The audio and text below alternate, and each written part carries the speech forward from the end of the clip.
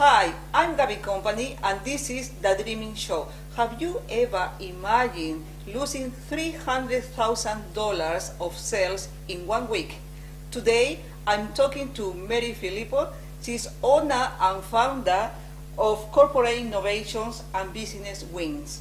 She's going to talk about what are the challenges for a business woman. Hello, Mary. How are you? Hello, Gabby. How are you? Good, thank you. Thank you for having me on your show. Thank you for being with us. Could you tell us a little bit about you, please? Okay, Gabby, I've been a business owner for over 25 years. I am married to my best friend, Ray, and we have 2 adult children and have a dog and enjoying life as best we can. Oh, good. Yeah. Could you tell us, please, what are the challenges for being a businesswoman?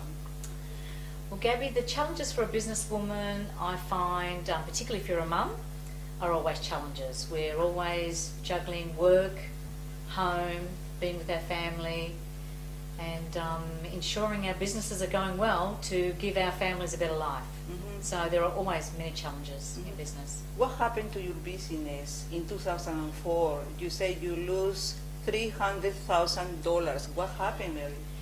Well, Gabby, our business was in manufacturing, and we manufactured sportswear for companies who employ staff, and we were placing logos on them.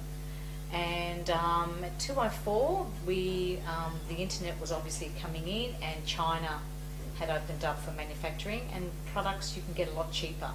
So we had our clients that we lost for about 10 years. So it was like a lifeline of losing your customer. About 10 years is, the time up when you lose them, and then we lost them to cheaper product, no loyalty anymore in business, no integrity. I mean, it was just like, we're leaving, we're not doing business anymore, and we'll go elsewhere.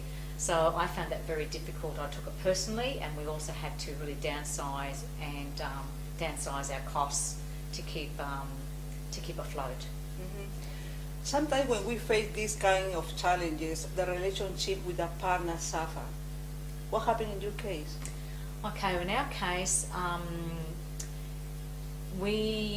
as this occurred, because I was running the business and my husband was helping me in other areas, so I would say to my husband, look, we can't afford to pay the 2 incomes.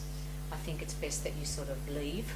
I don't mean the marriage, but leave and get a job. So we converted our business van to his van where he can put his tools. So I think in about 10 days, Ray was able to go back, after 5 years working with me, go back to the industry of what he was working as a tradesperson, as a carpenter, and start that process again. But in the meantime, I was left to downsize the business, cut the overheads, move out of factories, speak to my manufacturer and get him to be wary of what's happening in the changes, because it was going to affect him too. So I acted very promptly, and I often do when there's challenges like that, because it's the money that you will lose while you're working through these changes. How do you feel emotionally? At the time, Gabby, I took it very personal, because our business is a family business. It was myself and my husband, and we employed a lady a couple of days a week doing our bookkeeping and our computer work. I dealt with all our clients, so for me to lose the customers, it really affected me, because I had built a relationship with them, and I believed it was an honest relationship with integrity, and we had worked with them for many, many years. So I did take it personally, and that affected me as a person. Mm-hmm. So I had feelings of not good enough and all sorts of things.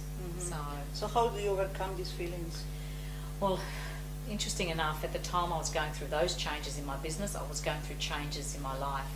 So I was 46, and I had started to feel, with those challenges in my business, I started feeling, unworthy, depressed, anxious, crying a lot. So then I started to realise I was getting onto the onset of menopause. So that was when the challenges really began for me, personally as a woman. So did you find any help? Yes, look, I went through a series of trying to get help. of course, going through the changes and recognising that I was 46 and that was the onset of menopause. So I recognised that, and my husband and I, actually my husband was quite good. He actually pointed it out before I even found out myself, because he's very good like that. And I started looking into, you know, how I was feeling, and at the time I was seeing a counsellor, because I was going through changes of the business and all sorts of things, and she had sort of put me onto The Wisdom of Menopause, a book, and so that became my Bible. So once I discovered what I was feeling, I then recognised that I had these changes, and I started seeing a doctor to try and get through what I was going through. You said you feel depressed. Do you apply any specific strategy to overcome this? Depression. At the beginning, you're just going through the motions. Certainly, I was having counselling sessions, but that wasn't enough, because I was still feeling anxious and was crying a lot and feeling unworthy. So I went to the doctor and I started taking a blood test, and that definitely confirmed that I was moving into menopause, you know, into premenopause. And then that wasn't helping me enough, so I wanted to really do a saliva test, and I then had a saliva test, and I was missing a hormone called progesterone, which was actually telling me that I needed to, you know, that I was actually feeling sad and depressed and anxious. I insist, do you apply any specific strategy to overcome this depression or this kind of anxiety? Do you have any specific strategy? I think when someone's going through changes, definitely look at the time of life you're going through these changes. For me, I was right on change of life for menopause. And so then for me it was like going to the doctors and testing where I was at in my hormones. Also, my life at the time was contributing to those changes, because I was losing half of my business basically, and I had to deal with that as well. And then how that was impacting my family life and my children at home and so forth. So the strategy of the years is to listen to what's going on in your time in your life, and then seek help as to what you may need. And then work towards something. So it's like you talk to yourself, you find yourself. Yes, you know, you speak to people that help you, whether it's from counsellors or people that have gone through something similar to you, and they guide you. And I actually turned to journal writing, which helped me understand my journey and what I was going through. Could you tell us, please, about what does journal mean? Journaling means is that you sit down with yourself and you're writing all your thoughts on paper. So you're writing your thoughts, you're writing your feelings, how you're expressing, and also I found a place of writing some things that were really positive, so I was actually grateful for and look at the positive things in my life. So I was writing like a gratitude journal as well, and a place of inspiration and what I wanted from my life. So I wrote many things. I wrote how I felt, which was a lot of depression, how people affected me, and what I was feeling. And then I also was writing about I am really lucky to be alive and have a supporting family and have a roof over my head. So I used the journaling for many things, but really to express how I was feeling and what to expect. It's like making your unconscious mind to be aware that you can change. Oh, most definitely. Even though at times it was really hard, it was, really hard, but just having faith that good things were going to come, because I was writing about the good things I wanted to experience.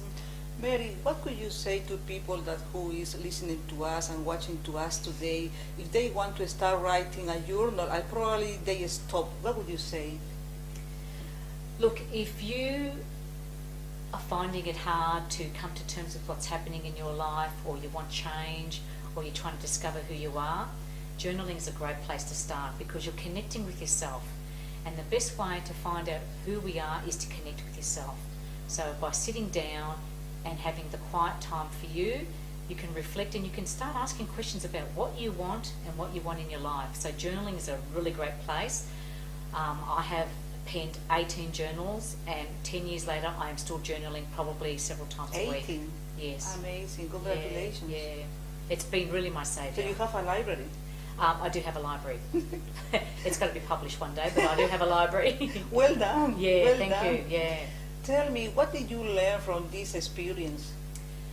I really learned to get to know about me, the people I was connecting with, the person I was, the person I was becoming, and really being peaceful with what I was writing. I found writing very therapeutic, very easy to express my life.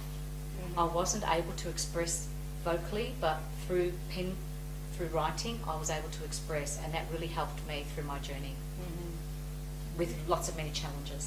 Okay. I got two questions from different countries, Mary. One is from Costa Rica. Yeah. Could you answer this question, please? Samuel, how can I keep motivated running my business even though I have challenges? Okay, Costa Rica. Well, what I would say is that running a business does have challenges. So it's really about our attitudes in our business or in our life. So, so whatever comes, it's just about taking a step to make a difference. So it's really working on whatever it is that you're working on and taking a step forward to rectifying that problem. You know, so it's being proactive. It's being persevering, being determined to tackle it head on, being proactive to take that risk, and that comes from you, no one else. You know, you've made a decision to go into business, or you've made a decision to get married or have family. It's up to us to make that happen for us. And you know, I have principles in my life which I believe help you in business and in life, and we have to apply ourselves to have the outcomes that we want. I like when you say being proactive. Could you explain, please, the difference between proactive and reactive? Well, proactive is about taking action. Taking action, like if you're going through a situation, don't sit back and just expect something to happen. You have to lead, and you have to find the answer as to why you are the way you are, or why your business is not performing. You have to take the action, because it's up to us to make it happen. No one else. We need to leave our comfort zone and to open doors. Most definitely. And once we take that step, we can then network with others. We can communicate with people, and these people are willing to help you everywhere you turn. If you sit still and do nothing, nothing will happen. If you move, the energy will always come. So it's taking action. Action leads to success. You know, every step will take you to where you need to be. So Thank I'm you. a very firm believer there. Thank you, Mary. South Africa, Virginia. She says, I'm 46 years old and there are no jobs for me at my age. Give some ideas about any business I can start with. Thank you in advance. Virginia, I would say to you, what are your skills? What do you have that you can offer in your skill set? To start a business, sometimes it could be just anything, you know, so apply your skills wherever you can, and look at your environment, the environment around you. What is there around you that you can work with? So really it's about your environment and the skills that you have that you can offer. Thank you, thank you.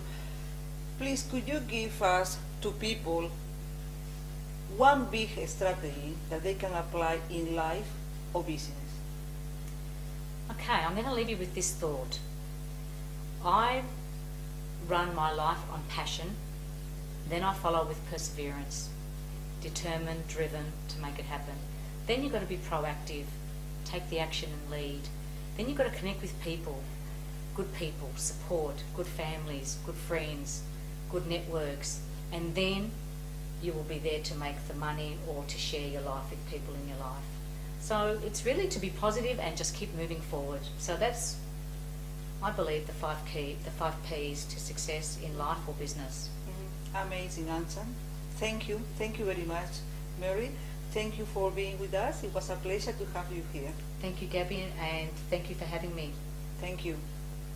Thank you very much for being with us. See you next time. All the best.